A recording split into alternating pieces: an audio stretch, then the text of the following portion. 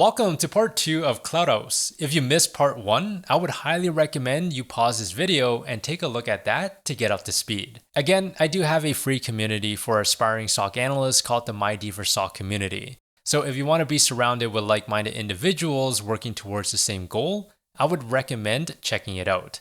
Link will be in the description down below. All right, let's continue on here. Question number 1 says, what IP address was used to gain access? If we go into About Data, and actually, before I do that, take a look. KC7 doesn't provide us with a query. So now it is up to us to identify which table we should use. But they do give us some hints here where it says, find the suspicious login event, identify the IP address, and then trace the actions from that session. If we go into the data tables, we want to find login events. And that is right here. The authentication events records successful and failed logins. So why don't we use that?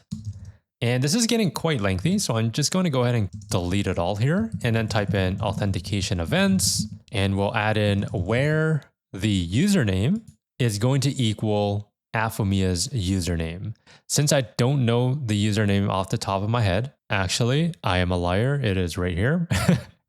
AF Storm. So I'm going to say where username equals AF Storm.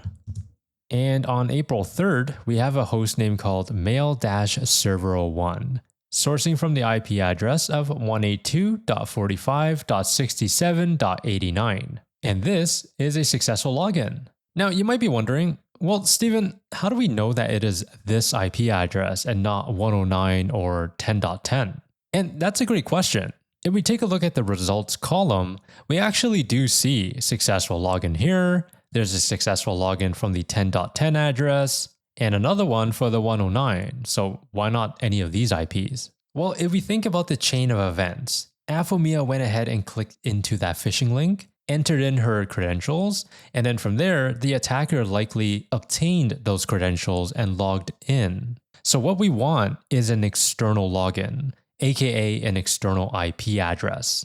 So 10.10 is going to be eliminated. But what about the 109 address? Well, if you take a look at the timestamp, this was on April 7th. When did Aphomia receive the email? Well, let's go back and take a look. This was, or actually not receive the email, but more so, when did Aphomia enter in her credentials? This was in the outbound network events. And I'll say where the URL contains, I believe it was super brand deals, super-brand deals. Am I correct? Okay, no, I am incorrect. What was that domain again? I'll type in email where recipient contains, whoops, I spelled recipient wrong. There you go. Aphomia, and where subject contains Dior. Oh, okay, super brand offer. Close enough. And this was clicked on or entered the credentials on April 3rd, 11:20:02 a.m. Going into the authentication events, look at the login, April 3rd at 12:20 p.m. So roughly give or take an hour later. So this is highly likely the IP address of interest and not the 109. Now, could it be 109 eventually? Yes, it can. But for now, the initial one is the 182 address. Question number 2, what domains are associated with this IP? That was under our passive DNS table. And I'm going to say where the IP address equals and paste that in. And we get 5 hits. So what can we do here? Well, we can actually do a distinct and domain. Beautiful. We have 2 distinct domains. Now I am going to just type in, let's do Dior-partners. Question 3, what part of the user agent string indicates the suspicious browser and operating system? Submit either the browser name /version or the operating system name /version. I don't believe it's actually under the passive DNS. That should be under the authentication events. And here's the user agent. This is another field to take a look at to identify any kind of anomaly activity. For example, if we expand the user agent, take a look. There's all of these right here that are consistent, and then there's just one that's completely different. So this is our anomaly. What we can also do is introduce you to a query called summarize, and I'll say count by user underscore agent. What this is going to do is essentially group all of the field values under user agent and then count them. So if we run the command, we should see one value of this user agent and 10 values or a 10 count of this user agent. For example, there you go. There is a 1 count here and 10 count here. This is also how you can perform what is called a long tail analysis, where you look at the most rare events. The answer to this, well, they want either the browser name / version or the operating system name. Why don't we just do the operating system? And that is right here, Windows NT 5.2. By the way, if you're not entirely sure what this user agent is, we could also copy it and then go over to a site called What is My User Agent? And we want to select not this one. Well, we could use this, I think. I've never actually used this. Let's try it out. Okay, definitely not this one. What we can do is use the whatismybrowser.com. And then from here, we can click into the parse your user agent. And let's paste in our user agent and click on parse this user agent. There you go. We have Internet Explorer 8 on Windows Server 2003. That is extremely secure. I'm just kidding. No, it's not. But that is a crazy old operating system. Wow. 2003. Okay. But yeah, we could do that. And just for completeness, let's do this one right here. Wow, there's so many ads. Okay. Paste that in. Firefox 51 on Windows 10. Alrighty, question number 4. What country did the login originate from? I think we need to do a little bit of OSINT. So this right here, the 182, is our IP address. And a site that I like to use because it's very accurate when it comes to the location information is called ipinfo.io. And I'm just gonna paste that in here and hit enter. Let's see, our country is China. Type in China, hit submit. Perfect. Question number 5. Ooh, you reached level 14. Sweet. According to the attacker's web search history on the site, what were they trying to hack? What table should we use? Well, KC7 does actually give us a hint here. Inbound network events. But again, if we use our about data, data tables, what does inbound network events provide us? Well, it records inbound network events, including browsing activity from the internet to devices within the company network. So by reading the description, we would have chosen the inbound network events without KC7 telling us. So let's go ahead and use that. Inbound network events. And if I'm just curious to know what kind of data exists within this table, I could just type in take 10 or take 5 or even take 1. Essentially, this would just output how many logs or how many entries depending on the number that we put. For example, if I were to say take 10, we'll get 10 events. If I say take 1, we'll get 1 event. So the take command or query is something I generally like to use because it allows me to understand what data exists within that table. And if we see here, we have timestamp, method, source IP, user agent, URL, refer, and the status code. What we're looking for is the attacker's web search history.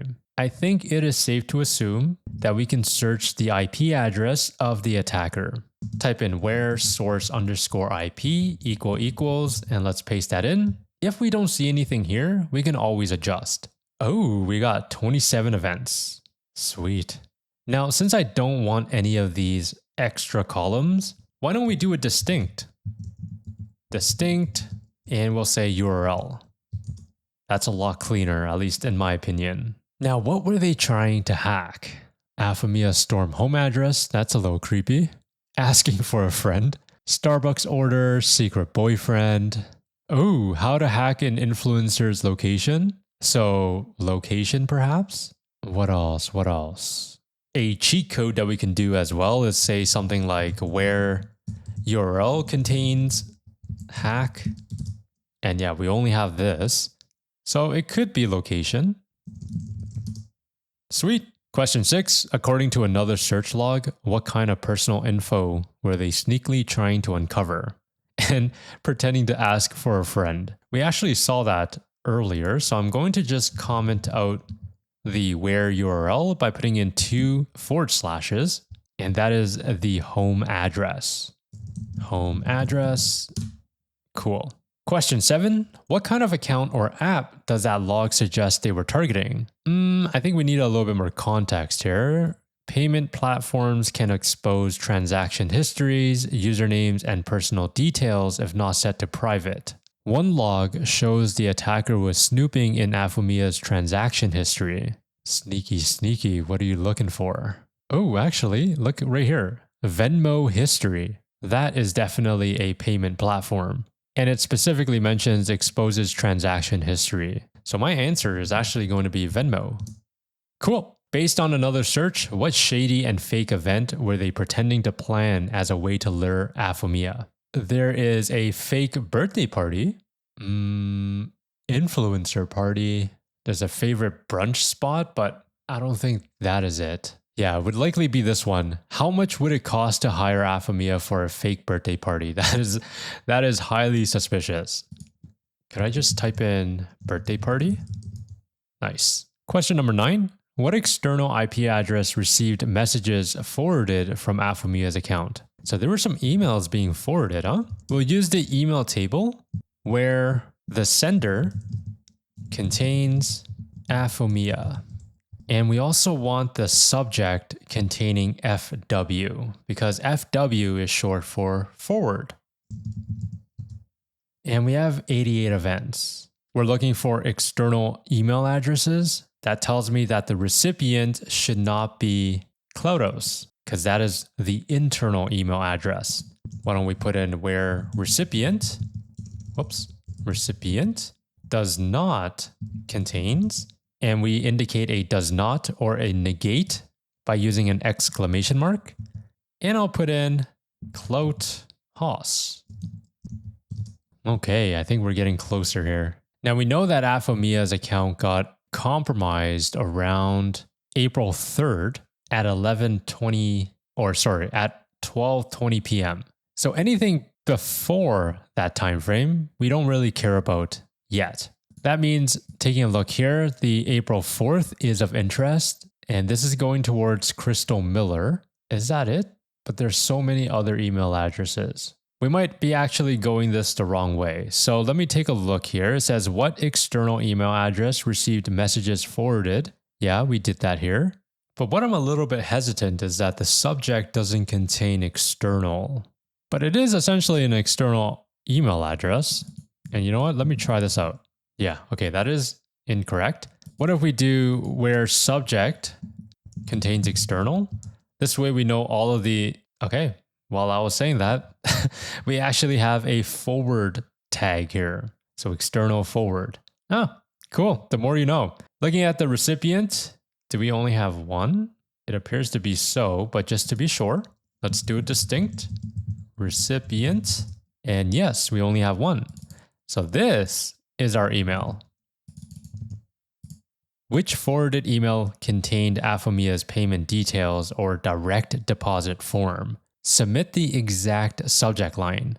Alrighty, let's do a distinct and we'll say subject.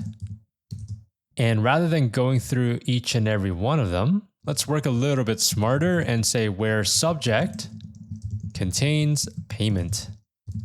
Or I might say direct deposit, but let's try payment. Nice, we have 4 events. And aha, right here. Payment details, a direct deposit form. Paste that in. Nice. What forwarded email subject included a passport scan? Well, let's replace payment with passport. And here we go. Question number 12. Which forwarded email subject contained either Afumia's bank statement or year-end tax documents? What do we do? Tax. Nice. This is likely the answer here.